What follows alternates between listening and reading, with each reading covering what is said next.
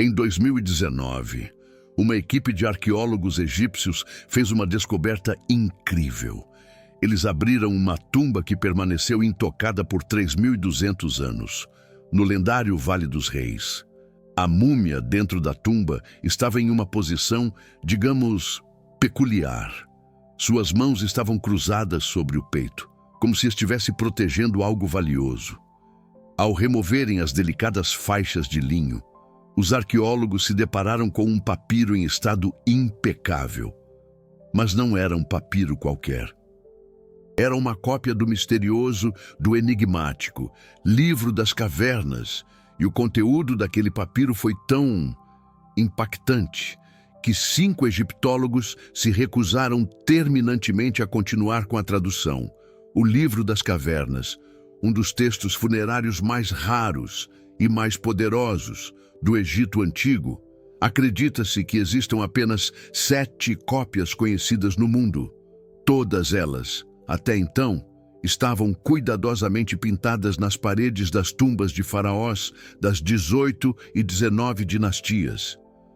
Ramsés VI possuía uma versão completa em sua tumba, Thutmose III, alguns fragmentos, mas nunca, em toda a história da egiptologia, uma cópia em papiro havia sido encontrada. Nunca uma múmia havia sido sepultada segurando este texto específico, porque o Livro das Cavernas não era destinado aos mortos comuns. Era um conhecimento exclusivo dos reis. Então, quem era essa múmia misteriosa?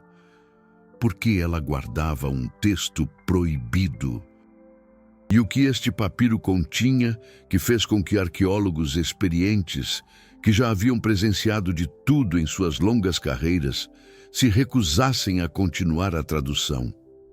Deixe-me revelar o que eles descobriram. Porque o que começou como uma simples escavação arqueológica de rotina, logo se transformou em algo que desafiou, que questionou tudo o que pensávamos saber sobre a 19ª dinastia do Egito. A tumba estava localizada em uma área do Vale dos Reis que, supostamente, já havia sido completamente explorada. KV 127, essa foi a designação dada, um número novo, porque ninguém sequer imaginava que uma tumba pudesse estar escondida ali. Ela estava, literalmente, soterrada sob os escombros de uma antiga escavação do século XIX. Giovanni Belzoni, o famoso explorador italiano, passou por cima dela em 1817, sem nunca suspeitar de sua existência. A equipe, liderada pelo renomado Dr. Ahmed Hassan, um egiptólogo brilhante da Universidade do Cairo, estava realizando um mapeamento detalhado com um radar de penetração no solo. O objetivo era encontrar câmaras secretas, passagens ocultas, não necessariamente tumbas completas. Mas o radar detectou uma anomalia, uma perturbação no subsolo, uma cavidade a aproximadamente 4 metros de profundidade, simétrica e com características artificiais. Foram necessárias 3 longas semanas de escavação para finalmente alcançarem a entrada. Ao removerem a última pedra, os arqueólogos sentiram seus corações dispararem. A entrada da tumba estava selada. O selo estava intacto, um cartucho real, mas não de um faraó conhecido. O nome estava parcialmente apagado, deliberadamente apagado. Alguém, em algum momento da história, havia tentado apagar a identidade do ocupante da tumba. Você sabe o que significa encontrar uma tumba com o selo intacto no Vale dos Reis? Significa que ninguém, absolutamente ninguém, havia entrado ali desde o sepultamento original.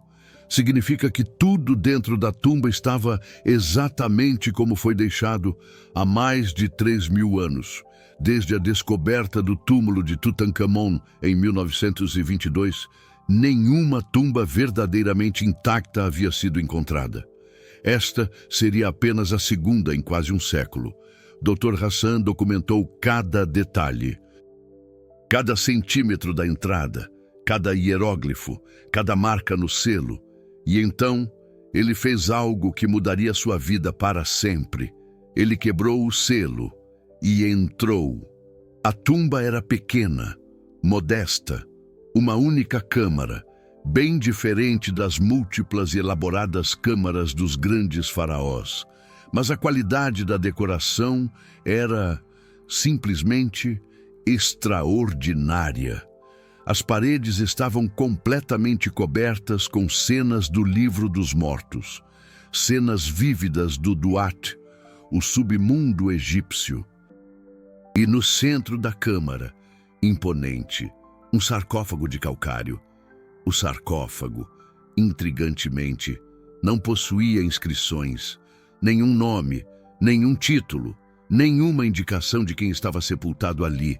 Isso era extremamente incomum.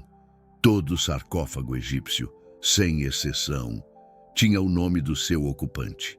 Era uma parte essencial, indispensável, do ritual de morte. Sem um nome, a alma não poderia ser chamada pelos deuses. Sem um nome. Era como se a pessoa nunca tivesse existido.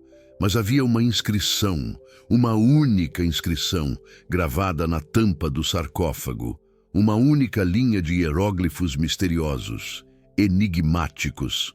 Aquele que viu as cavernas e retornou.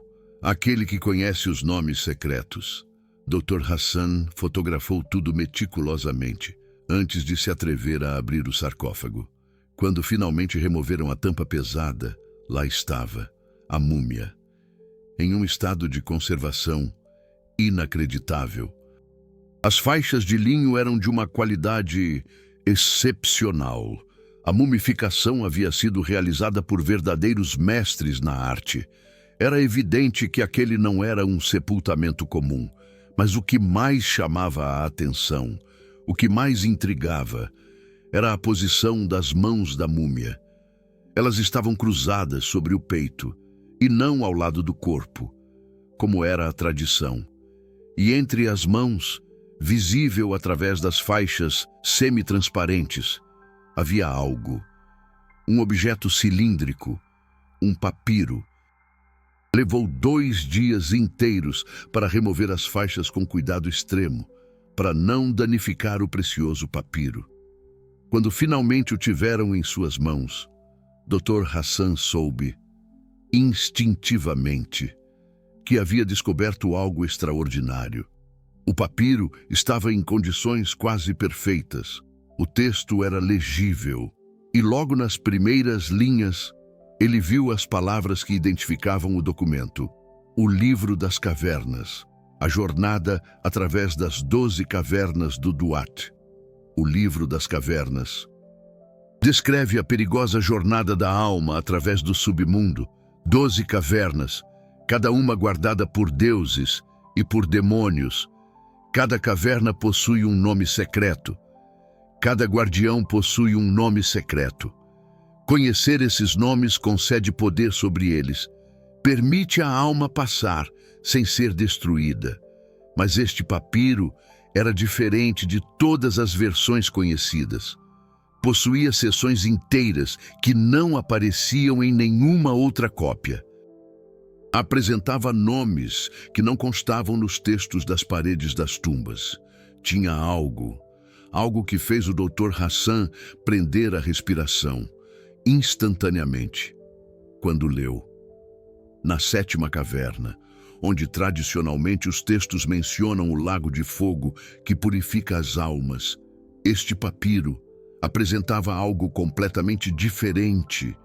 Tinha uma lista de nomes reais, faraós da 19ª dinastia, e ao lado de cada nome, uma única palavra: aterradora, apagado. Ramsés II, apagado. Seti, apagado. Ramsés III, apagado. E então, no final da lista, um nome que não estava apagado. Um nome que brilhava em tinta dourada, diferente de todo o resto do texto. Um nome que não aparecia em nenhuma lista oficial de faraós. Amenmose. E ao lado dele, aquele que retornou. Dr. Hassan conhecia profundamente a história egípcia. Ele havia estudado todas as listas de faraós. Ele conhecia cada rei da 19ª dinastia. E não havia nenhum rei chamado Amenmose. Existia um príncipe com esse nome, filho de Ramsés II, mas ele havia simplesmente desaparecido dos registros históricos. Nunca se tornou faraó. Sumiu da história após o ano 20 do reinado de Ramsés II. Os egiptólogos sempre presumiram que Amenmose havia morrido jovem, que talvez tivesse caído em desgraça, que seu nome havia sido removido por alguma obscura razão política. Mas nunca houve evidências diretas, apenas sua ausência. Seu desaparecimento repentino dos registros.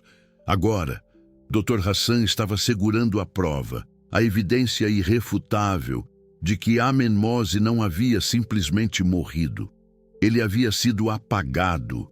E mais do que isso, este papiro, este texto proibido, sugeria que ele sabia de algo. Algo sobre o Duat, algo sobre as cavernas, algo que o tornava, fundamentalmente, diferente dos outros faraós. Dr. Hassan reuniu sua equipe, 5 egiptólogos experientes. Eles iniciaram a tradução completa do papiro, e o que encontraram nas páginas seguintes fez com que todos eles questionassem tudo o que sabiam sobre o Egito Antigo. O texto continuava descrevendo a jornada através das cavernas, mas estava escrito em primeira pessoa. Não era uma descrição teórica do submundo, era um relato pessoal. Alguém estava relatando sua própria experiência, e esse alguém se identificava como Amenmose, filho de Ramsés, o Grande. Eu, Amenmose, filho de Ramsés, escrevi isto no ano 22 do reinado de meu pai. Eu, que vi as cavernas enquanto ainda vivia. Eu, que falei com os guardiões. Eu, que aprendi os nomes secretos. Eu, que retornei do Duat para contar o que vi. Os arqueólogos trocaram olhares em silêncio. Aquilo era impossível. O Duat era o submundo, o lugar para onde as almas seguiam após a morte. Ninguém poderia viajar para lá estando vivo e retornar. Seria como dizer que alguém morreu e ressuscitou. Era impensável. Era. Mas o texto prosseguia, descrevendo cada caverna com detalhes que não apareciam em nenhuma outra versão do Livro das Cavernas. Detalhes específicos, descrições precisas, como se alguém realmente tivesse estado lá. A primeira caverna é guardada por aquele com face de chacal. Seu nome secreto é Wepwavet Uzer Heru. Ele permite a passagem apenas daqueles que trazem oferendas de incenso de Punt. A segunda caverna é escura, tão escura que nem mesmo a luz do sol de Ra consegue penetrar. Apenas o Anki pode criar luz ali. O guardião desta caverna não tem rosto. Seu nome secreto é sombra que devora a luz. Os egiptólogos confirmaram. Aquelas descrições não correspondiam às versões conhecidas do Livro das Cavernas. Eram completamente originais. E o nível de detalhe era assustador. O Dr. Ahmed Hassan decidiu enviar fotos do papiro para Zahi Hawass, o ex-ministro das Antiguidades do Egito e uma das maiores autoridades em egiptologia do mundo. A resposta de Hawass chegou 3 dias depois. Uma única linha. Pare a tradução imediatamente. Não publique nada sobre isto. Mas a equipe do Dr. Hassan continuou. Eles precisavam saber o que havia naquele texto que era tão perturbador. Por que Hawass queria que parassem? Na terceira página do papiro, encontraram a resposta. Amenmose descrevia não apenas as cavernas, mas como havia chegado até lá, e não fora através da morte. Os sacerdotes de Ábidos conheciam o segredo. Eles guardavam uma câmara sob o templo de Sete I, uma câmara que nenhum faraó além de meu pai conhecia. Nesta câmara havia uma porta, não uma porta física, uma porta entre os mundos. Os sacerdotes chamavam-na de Porta de Rostal, Rostal, o nome antigo da necrópole de Gizé, o lugar onde Osíris havia caminhado entre a vida e a morte. Agora os arqueólogos entendiam. Amenmose estava dizendo que havia uma porta física no templo de Ábidos que levava ao Duat, que ele havia atravessado esta porta enquanto vivo, que havia feito uma jornada pelo submundo e retornado. Aquilo era impossível. Tinha que ser. O Duat era mitologia, era um conceito religioso. Não era um lugar físico que alguém poderia visitar, mas o texto continuava, página após página, detalhes sobre cada caverna, nomes de guardiões, descrições de perigos, tudo escrito como o relato de uma testemunha ocular. E então, na quarta página, algo aconteceu.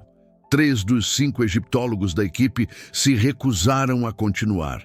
Eles disseram que não queriam mais participar da tradução. Quando perguntados o porquê, eles simplesmente apontaram para uma seção específica do texto e saíram da sala. Dr. Hassan leu a seção. Era a descrição da 7ª caverna. A caverna onde Amenmose havia visto algo que mudou tudo. A caverna onde ele aprendeu porque seu nome seria apagado da história. Na 7ª caverna, vi os apagados, os faraós cujos nomes foram removidos. Meu pai está lá, e o pai dele, e o pai do pai dele. Todos os faraós que reinaram com o nome de Ramsés estarão lá, porque todos eles cometeram o mesmo pecado contra Maat. Todos eles sabiam a verdade e escolheram enterrá-la. E por isso, seus cás serão julgados mais duramente que os de homens comuns. Eu vi isto, eu ouvi os deuses falarem, e quando retornei, contei ao meu pai o que vi. Foi então que ele ordenou meu apagamento, porque a verdade que eu vi não poderia ser conhecida, porque ela destruiria tudo que o Egito havia construído. Dr. Hassan parou de ler. Suas mãos tremiam. Ele entendeu por que seus colegas haviam saído. Porque aquela não era apenas uma descoberta arqueológica. Era algo que questionava a legitimidade de toda a 19ª dinastia. Era algo que sugeria que os maiores faraós do Egito haviam enterrado uma verdade fundamental. Mas que verdade? O que Amenmose tinha visto? O texto não dizia especificamente, ou pelo menos, não nas páginas que eles haviam traduzido até agora. Havia mais 6 páginas do papiro, e Dr. Hassan sabia que a resposta estava lá. Mas ele também sabia por que Zahi Hawass havia mandado parar. Porque se aquele texto fosse autêntico, se fosse realmente escrito no ano 22 de Ramsés II, então ele provava algo extraordinário. Provava que os antigos egípcios acreditavam genuinamente que o Duat era um lugar físico. Provava que havia uma porta em Ábidos que teoricamente levava para lá. E provava que pelo menos uma pessoa da realeza havia tentado atravessar esta porta e retornar. Dr. Hassan datou o papiro por carbono 14. Os resultados voltaram 3 semanas depois. O papiro tinha entre 3.150 e 3.250 anos. Exatamente a época de Ramsés II. A tinta era autêntica para o período. A escrita era consistente com escribas da 19ª dinastia. Todos os testes indicavam que o documento era genuíno. Mas isto criava um problema. Se o papiro era autêntico, então a múmia que o segurava poderia realmente ser Amenmose, o príncipe perdido, o filho apagado de Ramsés II. E se era ele, então a história sobre sua jornada ao Duat precisava ser levada a sério, não como mito, mas como um relato histórico de algo que ele realmente acreditou ter experimentado. Dr. Hassan autorizou a análise de DNA da múmia. Eles compararam com DNA conhecido de outras múmias da 19ª dinastia. Os resultados foram conclusivos. A múmia era parente direto de Ramsés II. A idade no momento da morte era consistente com um homem de cerca de 30 anos. E havia algo mais: sinais de trauma craniano, antigo, curado, como se ele tivesse sobrevivido a uma lesão severa na cabeça anos antes de morrer. Os egiptólogos sabiam que lesões na cabeça podiam causar alucinações. Podiam fazer as pessoas acreditarem que haviam experimentado coisas que não eram reais. Talvez Amenmose tivesse sofrido um acidente. Talvez ele tivesse ficado em coma. E talvez, ao acordar, ele acreditasse genuinamente que havia visitado o Duat. Mas isto não explicava tudo. Não explicava por que seu nome havia sido apagado dos registros. Não explicava por que ele havia sido enterrado com um texto proibido. Não explicava por que alguém havia tentado esconder sua identidade, removendo seu nome do sarcófago. E não explicava as últimas 6 páginas do papiro. As páginas que Dr. Hassan ainda não havia traduzido. As páginas que ele suspeitava continham a verdade que havia feito Ramsés II apagar seu próprio filho da história. Se você está assistindo a este vídeo porque quer desvendar os segredos que a arqueologia oficial esconde, saiba que o Super Thanks do YouTube ajuda este canal a continuar investigando descobertas que os museus não querem debater publicamente. Cada contribuição financia nossa próxima expedição aos arquivos proibidos do Egito. E pode ser a diferença entre a verdade ser enterrada novamente ou, finalmente, ver a luz do dia. O Dr. Hassan sabia que precisava terminar a tradução, mesmo que isso significasse desafiar Zahi Hawass, mesmo que significasse arriscar sua carreira, porque algumas verdades são grandes demais para serem enterradas novamente. Com os 2 egiptólogos restantes, ele continuou trabalhando no papiro. A 7ª página descrevia o que Amenmose havia visto na 7ª caverna. A revelação que havia mudado tudo. Viu os tronos vazios dos deuses, 12 tronos, um para cada caverna. Mas os tronos estavam vazios.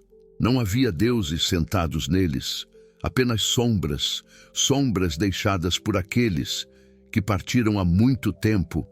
E o guardião da 7ª caverna me disse: os deuses não habitam mais o Duat. Eles partiram quando os homens pararam de conhecer seus nomes verdadeiros, quando os sacerdotes começaram a mentir sobre os rituais, quando os faraós usaram a religião para poder em vez de para Maat. Você está entendendo o que isso significava?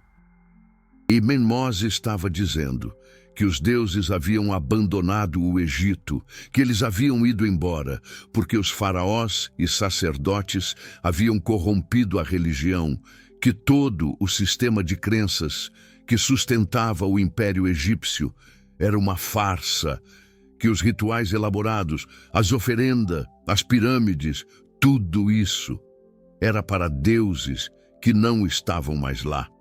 Se esta informação tivesse se tornado pública no Egito Antigo, teria destruído o fundamento do poder faraônico. Porque os faraós governavam como deuses vivos, como intermediários entre os humanos e os deuses. Se os deuses haviam partido, então os faraós não tinham legitimidade divina. Eram apenas homens. Homens que usavam mentiras religiosas para controlar o povo. Agora se entendia por que Ramsés II havia apagado seu filho. Não era apenas por vergonha ou raiva, era por necessidade política. Amenmose tinha visto algo. que ameaçava toda a estrutura de poder do Egito. E Ramsés não podia permitir que essa verdade se espalhasse. Mas a questão permanecia. Amenmose realmente havia visto isto? Ou ele havia alucinado, depois de uma lesão na cabeça? Dr. Hassan continuou lendo, procurando por qualquer evidência que pudesse resolver este mistério. Na 8ª página do papiro, Amenmose descrevia sua volta do Duat, e aqui estava algo que os arqueólogos podiam verificar, algo físico, algo que provaria se sua história era real ou imaginada.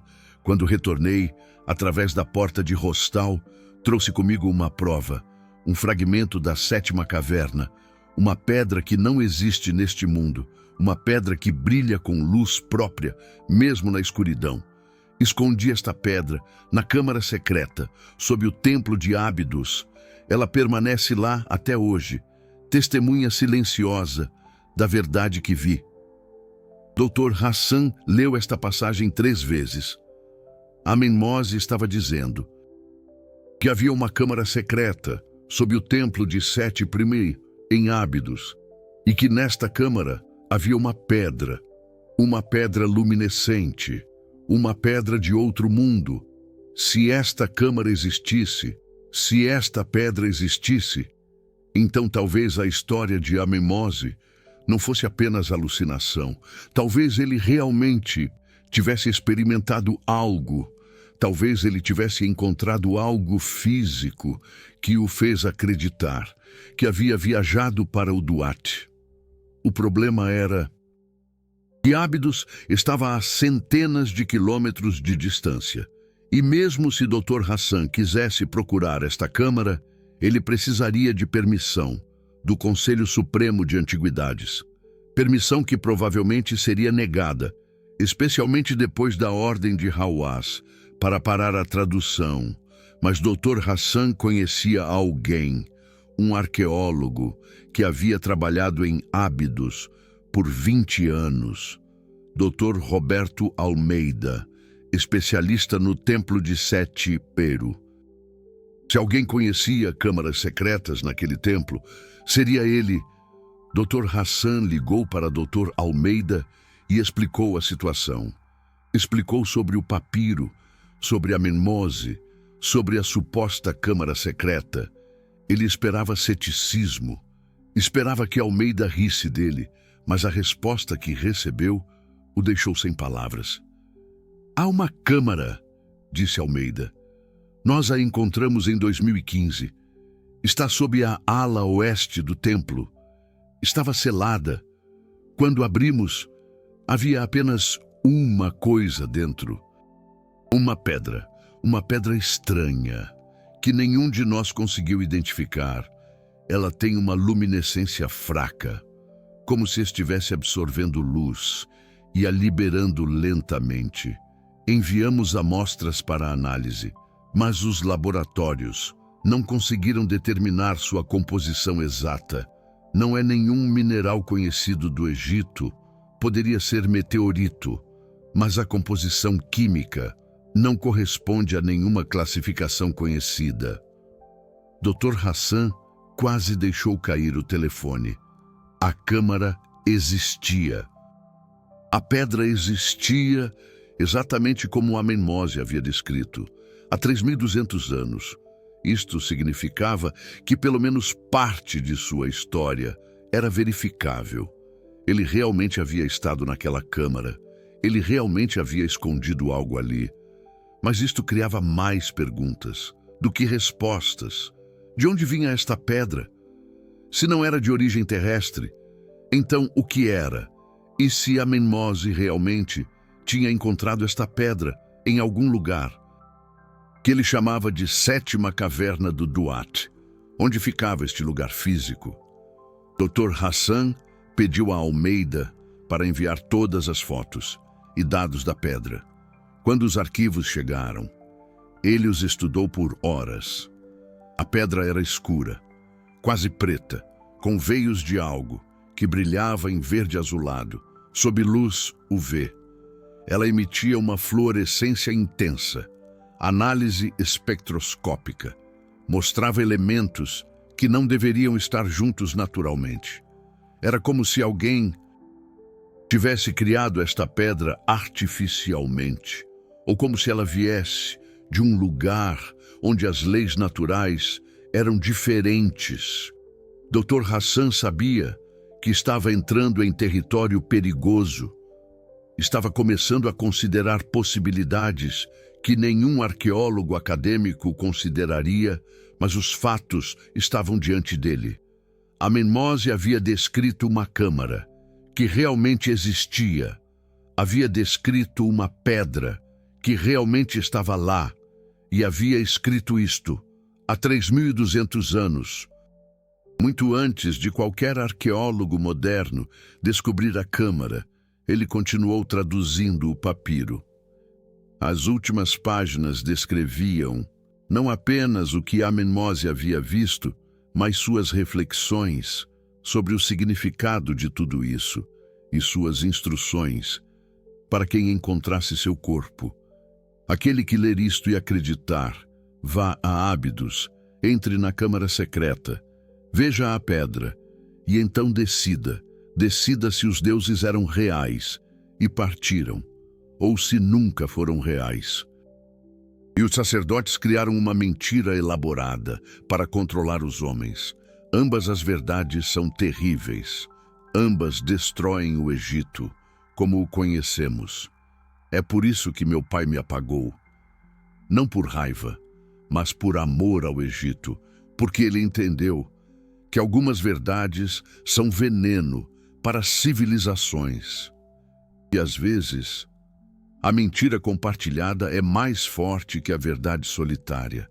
Mas eu escolhi a verdade, mesmo que signifique meu apagamento, mesmo que signifique que meu vagará sem nome por toda a eternidade, porque Maat, a verdade, é mais importante que Ra, que Osíris, que qualquer deus. Maat é o princípio que não pode ser apagado. É o único Deus que nunca partirá, porque vive em cada coração que busca justiça. O Dr. Hassan terminou a tradução com lágrimas nos olhos, não por emoção barata, mas porque entendia o sacrifício de Amenmose.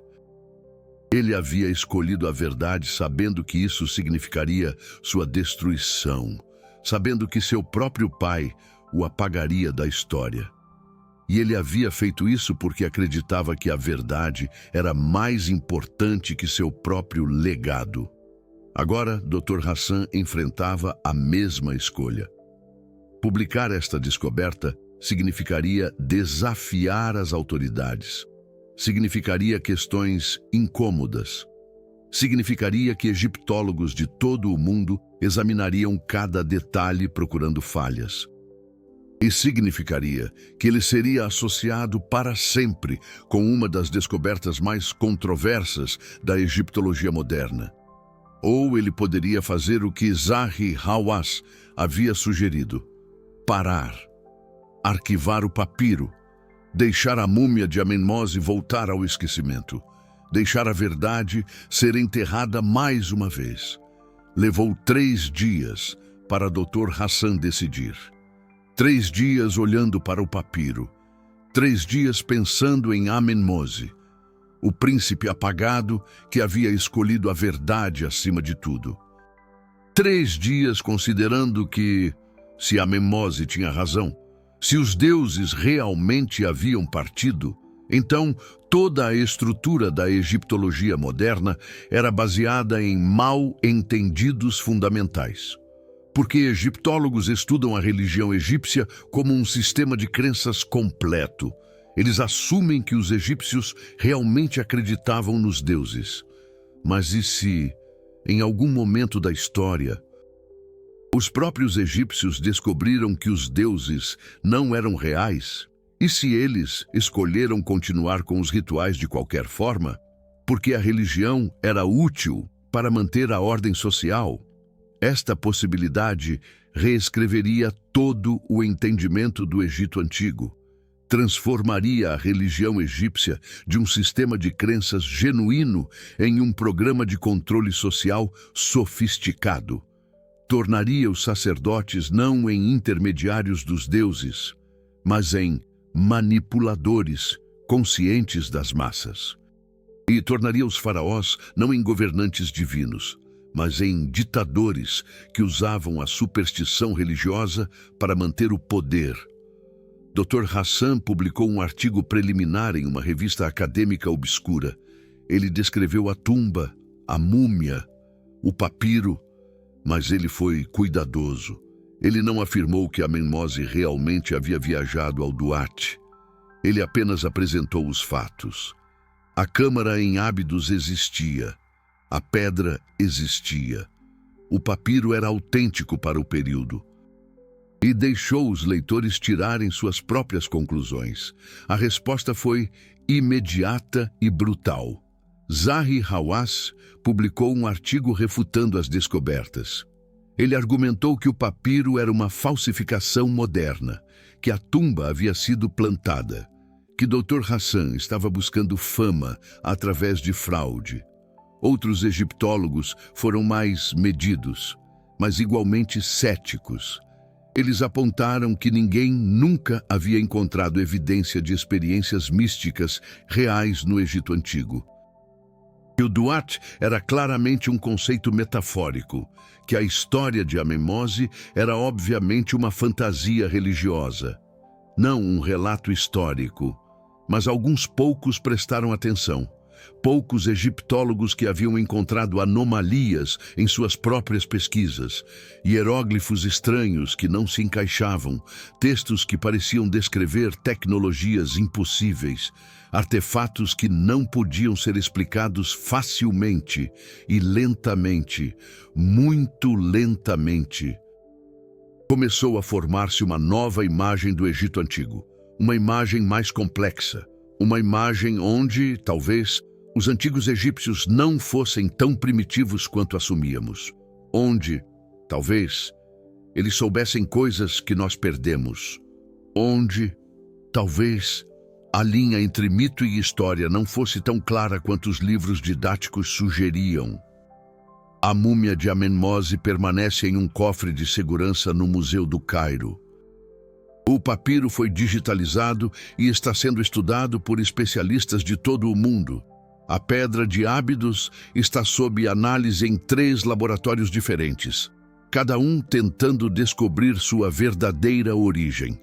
E Dr. Hassan continua sua pesquisa. Ele está procurando por outras tumbas apagadas, outros príncipes e princesas que desapareceram dos registros históricos, porque ele acredita que Amenmose não foi o único. Acredita que houve outros que descobriram verdades inconvenientes, outros que foram apagados para proteger o poder dos faraós. A história do Egito que aprendemos na escola é a história dos vencedores, é a história dos faraós gloriosos, das pirâmides magníficas, dos deuses poderosos. Mas sob esta história, há outra, uma história de pessoas que questionaram, que buscaram a verdade, que pagaram o preço por sua curiosidade. Amenmose foi uma dessas pessoas. Ele viu algo que o fez questionar tudo. E ao invés de aceitar as mentiras confortáveis, ele escolheu a verdade desconfortável. Mesmo sabendo que isso significaria seu apagamento, mesmo sabendo que levaria 3.000 anos para alguém encontrar seu corpo e ler suas palavras. Agora você sabe o que os museus não mostram. Você sabe a história do príncipe apagado que segurava o livro das cavernas. Você sabe que, às vezes, as verdades mais importantes são aquelas que os poderosos mais querem esconder. E você precisa decidir. Você acredita que Amenmose realmente experimentou algo nas cavernas de Ábidos? Que ele encontrou uma verdade que ameaçou todo o Império Egípcio?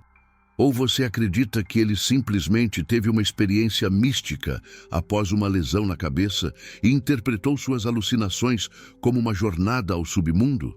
A evidência existe. A tumba é real. O papiro é real. A câmara em Ábidos é real. A pedra inexplicável é real. Os fatos estão todos lá. A interpretação, porém, depende de você, porque essa é a diferença entre dogma e investigação. Dogma te diz o que acreditar. Investigação te dá os fatos e deixa você decidir. E o que nós fazemos aqui é investigação. Nós desenterramos os fatos que foram enterrados, apresentamos as evidências que foram suprimidas e deixamos você, o espectador, chegar às suas próprias conclusões. Qual mistério do Egito Antigo te fascina mais? Deixa nos comentários, porque cada comentário nos mostra que há uma audiência para a verdade, que há pessoas que querem mais do que as histórias sanitizadas que os museus contam, que há uma fome por conhecimento real, por mais perturbador que seja. O Egito guarda mais segredos do que qualquer outra civilização antiga. 3.000 anos de história, centenas de faraós, milhares de tumbas, e apenas uma fração foi escavada. Apenas uma fração foi estudada. E dessa fração, apenas uma parte foi publicada. O resto permanece enterrado, sob as areias do deserto, nos arquivos dos museus, nas mentes dos egiptólogos que viram coisas que não se encaixam nas narrativas oficiais, esperando, à espera, por alguém audacioso o suficiente para trazê-los à luz. Amenmose aguardou por 3.200 anos, mas sua verdade, finalmente, viu a luz do dia, e quem sabe quantas outras verdades jazem adormecidas, aguardando para serem reveladas. Cada grão de areia do Egito oculta um infinito de segredos e nós, incansavelmente, continuaremos a desenterrá-los um por um, até que todos os túmulos estejam abertos e todas as múmias narrem suas histórias, até que aqueles que foram apagados sejam lembrados, até que os esquecidos sejam honrados, até que a história completa do Egito Antigo seja, finalmente, conhecida